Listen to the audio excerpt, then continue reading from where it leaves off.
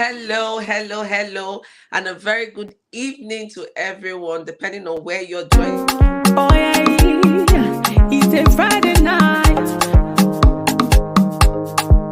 It's Friday night hangout.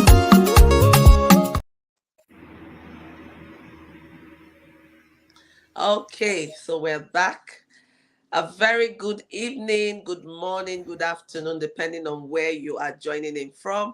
I'm excited to welcome you to another exciting episode of the Friday Night Hangout. Yay! And tonight I'm even more excited because we have a trailblazer, an Amazon, a senior advocate of Nigeria, Professor Joy Ezilo, OON. Good evening and welcome, ma. Oh, thank you. Good evening. Happy to be part of this. Thank you. Yes, fire inclusion. I love that Yeah. line. Thank you so much, ma'am. I know it's a very, very busy time for you, and we're so excited that you could make out time from your very busy, hectic schedule to be with us here this evening, and we do not take it for granted at all. So, welcome, welcome once more. And to everyone joining us this evening, a very big welcome to you. Just sit tight. Like I told you, we're going to have a very exciting and inspiring conversation tonight. Make sure you have your note-taking materials ready because there's a lot of powerful nuggets that will be coming out of this conversation. Whether you're a male or female, whether you're in the civil space, an entrepreneur, a professional, and you're in this space, trust me, tonight's conversation is going to move you to the next level. And so join me in welcoming our Amazon, our trailblazer. She's one person I'm so proud of. She's one of my mentors. She's someone I look up to. And I'm going to read her profile. We're going to put her profile in the comment section. You can have a quick read at it. But I'm going to just briefly introduce her so you have a better idea of who is in the room with us tonight. This is a short profile of Professor Joy Ngozi Ezeilo, OON, SAN. She is a distinguished law professor and a senior advocate of Nigeria with over 30 years of professional experience and expertise in international law, human rights, criminal law, comparative constitution, gender, and governance.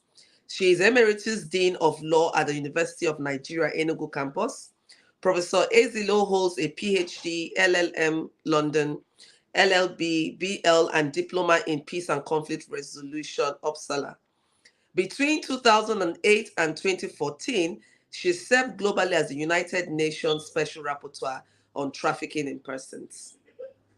She has received numerous national and international accolades, including the Nigerian Government's Officer of the Order of Nigeria of the Niger in 2006, and a place on the BBC's 2022 listing of 100 women of impact in the world. As a scholar, feminist, and activist, Professor Ezeilo has worked in over 120 countries worldwide, undertaking country missions on behalf of the United Nations, delivering public lectures, and organizing and participating in conferences and workshops. Professor Ezeilo, SAN, pioneered the teaching of women, children, and law in 1997, including developing a curriculum for the teaching of human rights, health law, and reproductive rights in Nigeria universities, and sexual harassment policy for educational institutions and workplaces.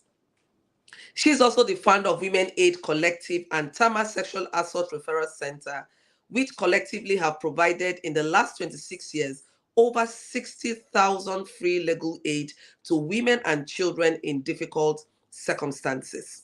I'm just going to stop here now because the profile is inspiring, it's intimidating. I'm super, super excited to have you here. Please join me, please, and welcome Professor Joy Ezeilo, OON, SAN. Yay! You know, this is a typical example of how we make impact from local to global. She's not just Yes. a Nigerian masterpiece, she's an Thank you. international global masterpiece. Thank you so much, man. Welcome, welcome, welcome. Thank you. I'm happy to be here. Thank you. Thank you so much, ma'am.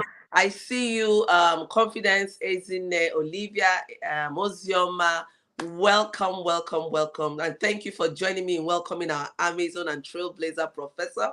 So sit tight as we go through the conversation.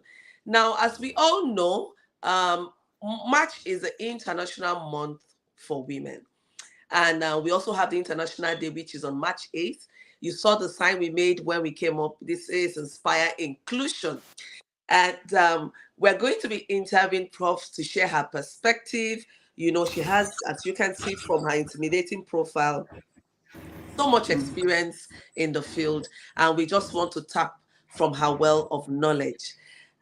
So, Prof, the first question I would want you to, throw more light on is what really is inclusion?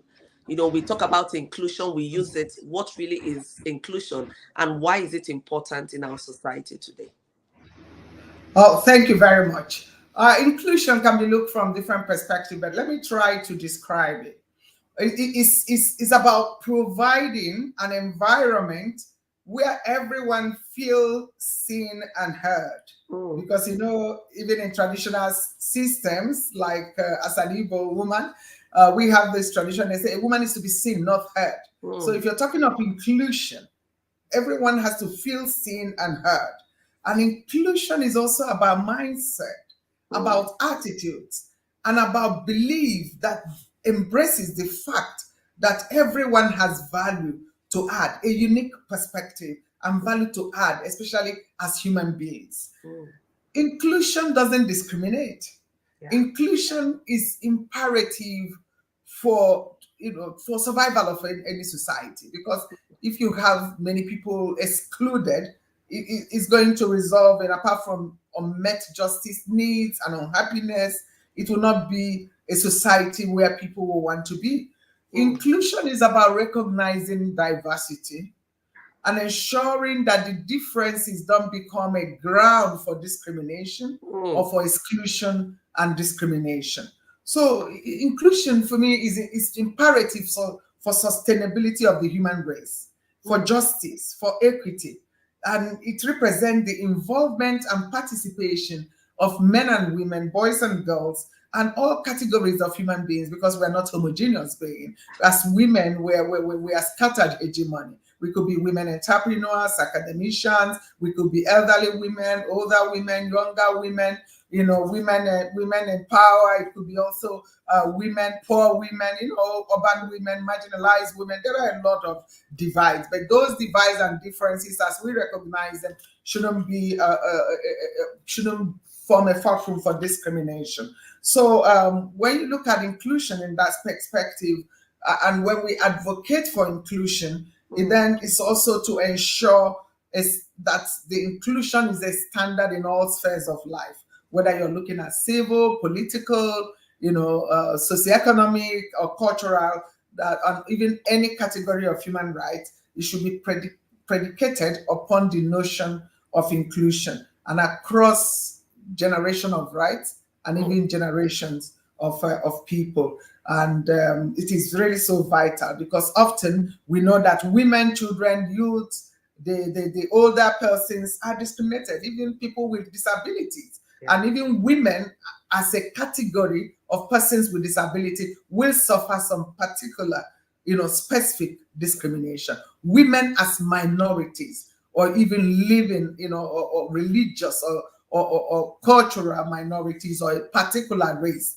will suffer extra discrimination based on that. So we are looking at really women from diverse background, and inclusion, of course, is beyond women to everyone. But I believe that within the context of what we are doing, especially for the month of March, I'm happy to have been born in March. I celebrated my birthday 2 days ago, and I think March is a great women's movement month.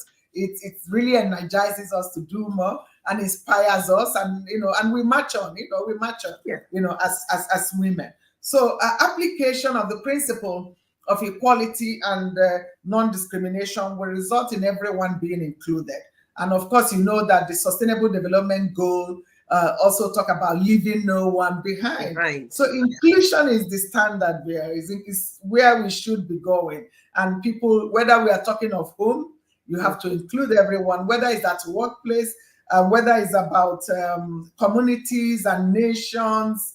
You just have to have people included to have, I call it, in democracy or development that is not engendered is in danger. So if you exclude, inclusion is about social justice, in effect. Wow, thank you so much. Thank you so much, erudite professor. This you've really taken, the perspective of inclusion to touch all the angles I would have asked you to, share your perspective on.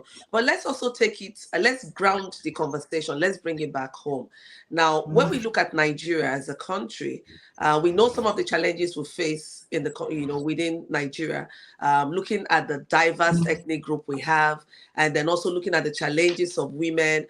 In very concrete terms, how can we inspire inclusion in Nigeria? Yeah, we can just by also legally and through policy and programmatic action to give everyone sense of belonging. Actually, our constitution envisaged that, and in section 14.3 made specific provision about composition of government, including all ethnic groups, not excluding people on grounds of ethnic, religious, and other differences. And we have section 42 that prohibits discrimination. And just all that women are asking for is that also in that same constitution, where they talked about the composition of government, that gender should form part of that character of government in order to have an all-inclusive government and not leaving that behind. So Nigeria is such a diverse country, multicultural country, with so many ethnic groups, ethnic nationalities within the nation state Nigeria.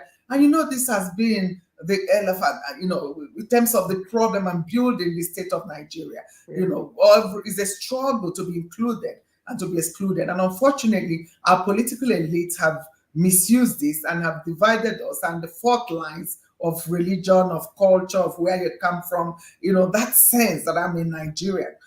First, before you see people say, oh, I'm Yoruba, I'm Hausa, I'm Igbo, and then before they talk about being Nigeria. So some have described it as geographical expression, but it's also about really giving people sense of belonging. If everyone feel welcome, feel part of Nigeria, feel that I'm a woman, I can be involved in the government of my country. As a man, whether you're Igbo or Yoruba, you feel involved, you feel included. That's why inclusion is important. Then you can really, stake your neck, die for your country, be patriotic, and that's what part of inspiring inclusion is talking about. Creating that environment where everyone have a sense of belonging, and that, as we speak in the present day Nigeria, is lacking.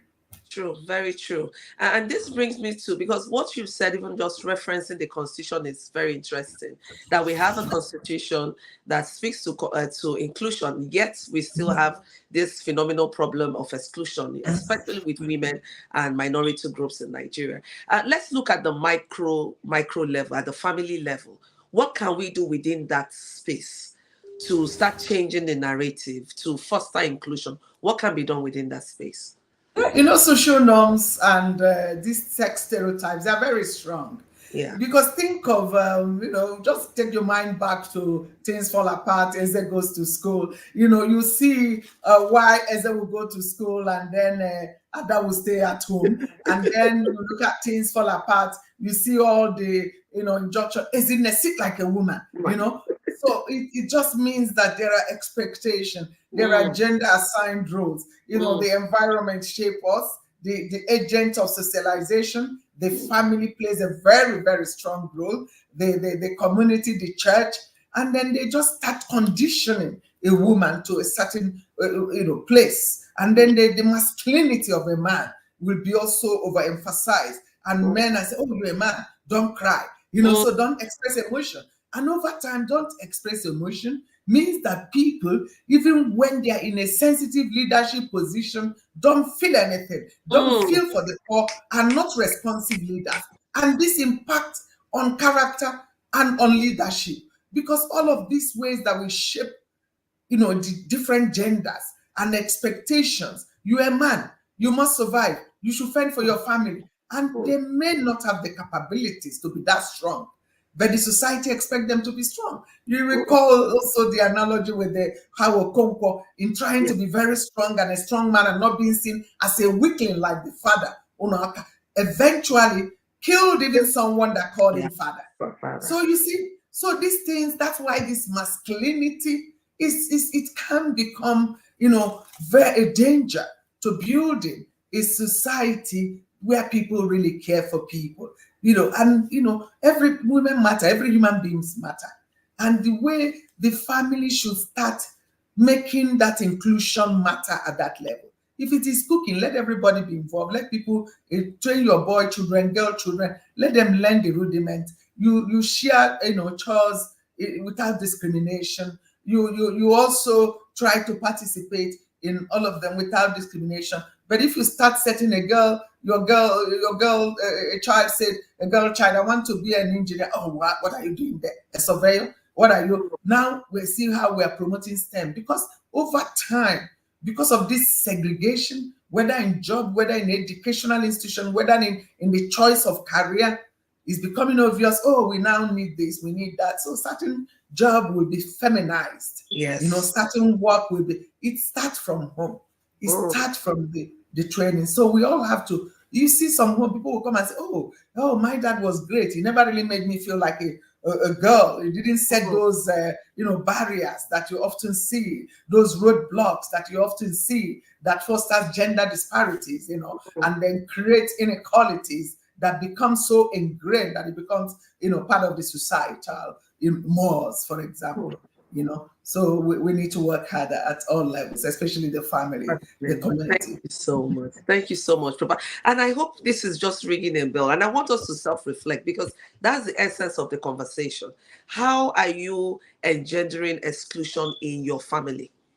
What roles have you assigned, and you've assigned those roles as male role, female roles? You now say your girl child has to do this. She's responsible for washing plates, cooking only, and all of that. So we have to really take the bulls by the horns. We have to start, walking the talk. This is something that we are all in, but it's a collective agenda. Sure. When we talk about inclusion, everyone is involved in inclusion. And that brings me to the role of continuous learning. What role has learning, gaining new knowledge, transformation of the mindset, what has it got to do with the conversation on inclusion, on engendering equality and all of that? Yeah, I think continuous learning, there is this thing, one graffiti I saw in one of these big vehicles more than 20 years ago, but it just stuck. He said, everyone is a learner in the world of experience. Everyone is a learner. Once you close your mind to learning, then you're finished as a person. I think, and that's also the problem. That's why attitude is so difficult to change. And we must understand the various stages of changing attitude, because some people feel like, oh, no, this is what they've known all their lives. And at times you have to also empathize and take them through all the stages. Continuous learning is imperative for one's survival and development, I have to say. I think everyone, like I said, is the learner. Some learn from personal experience. Some also learn fast from other people's experiences so that it doesn't have to happen to you. But understanding attitudes and attitudinal changes, which is most difficult, for people to change even their ideologies that have been shaped over time by prevailing social norms, is difficult. Sex stereotype, inequalities, some people believe on the superiority of male gender. So you don't expect them overnight to change that ideology. So learning how to bargain patriarchy for women, negotiating skills, what we can call nego-feminism, how to be yourselves, because inclusion is also being ourselves, having an I can do attitude, being driven to excel.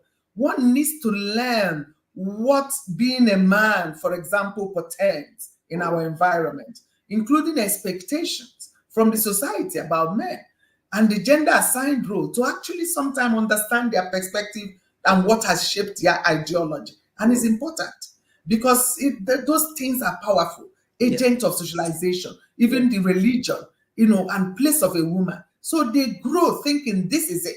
And to change that mindset is difficult. So one needs to learn. and what being a woman in that society means.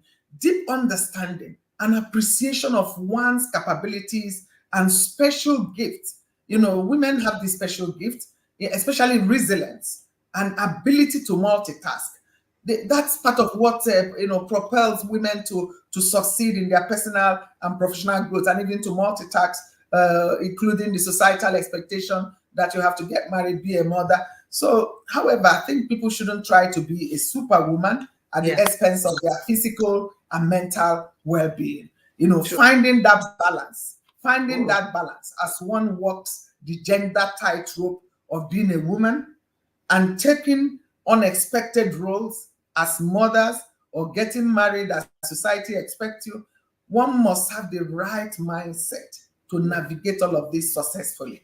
So ultimately, women must learn to be equal and treat themselves like I'm a human being. I'm not a mini person. And I have equality. I have dignified. I'm a dignified human being. That dignity, that autonomy is very important. So inclusion is about social justice and respect for rights and freedoms of everyone, as recognized in national constitutions, regional and international treaties. So within the context, we must promote women and girls' rights, respect it, and remedy any violation, including stopping violence against women. Sexual and reproductive rights are important and have become a ground for exclusion or conceptualize a role for men and women in society. So it is important that we look at all of this, and women must be determined, and you keep learning. I tell people, even to understand gender and if they appreciate it, you have to also read and learn so you can sustain argument. If ignorance were to be bliss, it will be fully to seek knowledge. I love that. I love this. Oh my goodness. It's always exciting having conversations with you, Thank you so much, Ma. And yes, a question I want to ask, and this may be on the mind of a number of us who have read your inspiring, profile.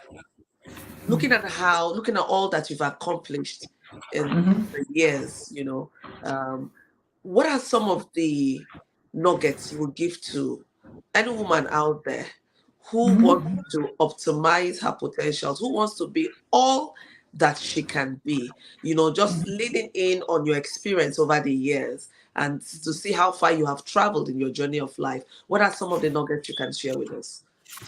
Yeah, I think you just have to be yourself. In doing this work, you must expect opposition, especially when you try to challenge or inspire inclusion.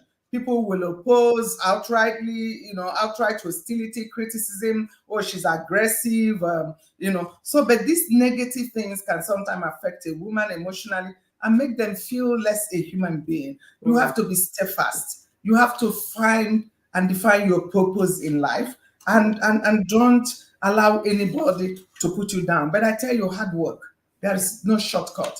Hard work is very important. Women, I tell them when I talk to young girls, I say education first, marriage and sex much later. You have to get that education. It is the basis so you can access decent work. You can also stand up for your rights. You can also be yourself.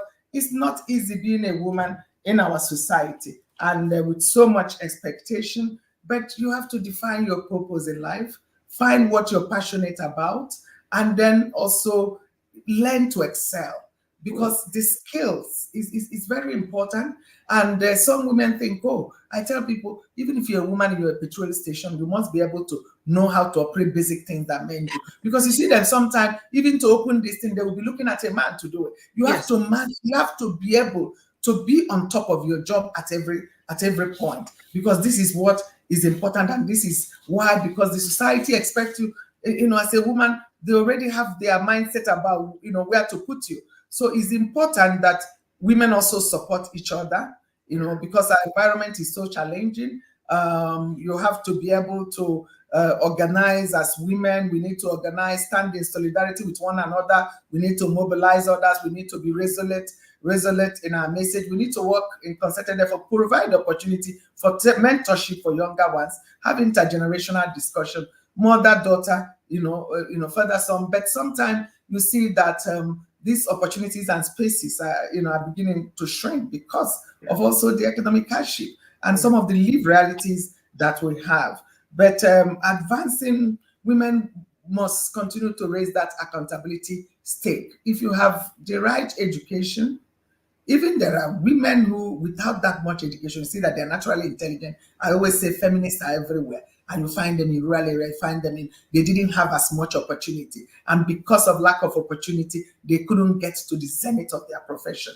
But you see that there are ones who have opportunity and just squander those opportunities. Probably they say, oh, I was asked to go and read nursing. They know they don't have flair and they will go there and they will be failing.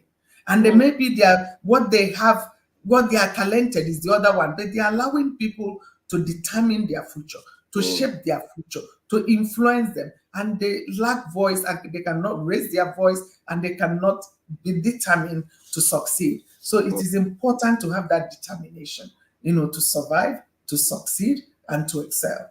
Wow, amazing. Ha ha. Oh my goodness. Thank you so much, Prof. And just Thank before you. I let you go, you spoke to something that is so dear to my heart. And when you talked about voice, the importance of voice, I just want you to throw a little bit more light on it. Sometimes when we talk about the importance of a woman having a voice, owning her voice and using her voice, sometimes people think it's, the vocal words that we speak. So I wanted to just shed more light on that because I know we're all at different levels of understanding in this space. So when we talk about the importance of a woman owning her voice and using her voice for change, what are we really talking about? It's also about her agency, Mhm. about recognizing that she is a human being and should be involved in decisions affecting her, and that her opinion should count, and that she should be able to express herself and be given opportunity to express herself and her viewpoint also taken into account, especially for decisions affecting her. You see a situation where women, even as pregnant women, somebody will determine where they will go to antenatal, someone will determine who will give birth, whether it's traditional birth attendant, because that's what they've been using. Even if she had a different situation, her agency will not be recognized. But you have also women, we must recognize that women have voice, and that voice should be included. That voice is about inclusion. And the voice, whether you're making a constitution, women's voice should count. Whether women are women in business or in economy, women's voice must count. Women's voice must be included. You have to find those who are even marginalized or living in the margin of, even if they don't have that voice, we must recognize that even when others are trying to raise their voice, they must be able to give them opportunity to also and listen to them and their perspective, because it is very, very, very important. And people can easily put people down, decide to get them talking, not just about low whispers or loud whispers, but just decide to abrogate even their completely, their voice, any issues of Oh my concern, goodness. of critical concerns to them. Thank you so much, Prof. And one last word to women and men before we wrap up the program. What would be your um, parting words to women and men? What can we move forward on? I think we have to recognize change is what is constant. And some of the traditional roles that they envisage for women, they have moved away from the pristine ecology upon which they were founded. We live in a different world today. We live in a world where we need both genders if we are going to have sustainable development. So the socioeconomic changes we've seen, the lived realities of the realities of modernity, means that some of these roles have to be redefined continually. That even the concept of family is in transition, and we live in a changing world. And we must have to recognize and say, oh, no, I'm a man, I cannot do this. I'm not expected to babysit. We have to be all amenable to the changing times. And we have to accept that progress for women is progress for men, is also progress for the family, is progress for the entire nation. And if you invest in women, you are investing in a whole nation. And it's important to invest in women and men as well. And that for us, let's not see this. This is not a competition. This is not a fight. This is indices, part of indices for even this marking, at what developmental stage a country is. how they treat their women, how they treat the marginalized, how they treat the poor. It's all of that that comes into context. And that's why you see us as Nigeria, Nigeria as a country falling in. If it's World Economic Forum, doing the analysis, you see Nigeria scoring, coming maybe amongst African countries assessed being at the bottom. Because this thing have to look at the political aspect, the economic aspect, the health sector, the educational sector, and look at how women are faring. And they take a measurement of that. So those are indices for development, and we must, embrace inclusion. It's actually imperative for sustainable development and sustainable democracy. Wow. Thank you so much, Prof. It's always a pleasure to have conversation with you, either the short time we have at the airport or when we have conversations like this. On the move. On the move. On the We're always on the move. I also want to say, a journey from local to global. Local to and global. has always been for me, but we're on it, and we're not going to give up. And we have to continue to raise others and create that environment for inclusion. Inclusion is the way. Thank you so much, ma. I want to appreciate you on behalf of the audience. Thank you for always pouring into us. And thank you for being one of the women who are consistently, just inspiring and closing the intergenerational gap. Thank you so much for all that you do, for always being there. And if you're just joining, no problem. You can always. And for you, my sister, Professor Joy, you always also inspire inclusion, always looking after one another. You are also an inspiration to your generation, and I adore you. I love you too. Thank you. Thank you so much, ma. I love you so much too. Thank you so much, ma. And thank you everyone for watching us. You can always watch the replay, and I hope to see you next week, Friday, same time. Remember, inclusion is the way to go. We all must make sure our voices count and we are accountable to the change that we seek to have. So inclusion is the way to go. God bless you, keep you until we see you next week, Friday. Thank you and bye for now. Thank you. Thank you. Bye.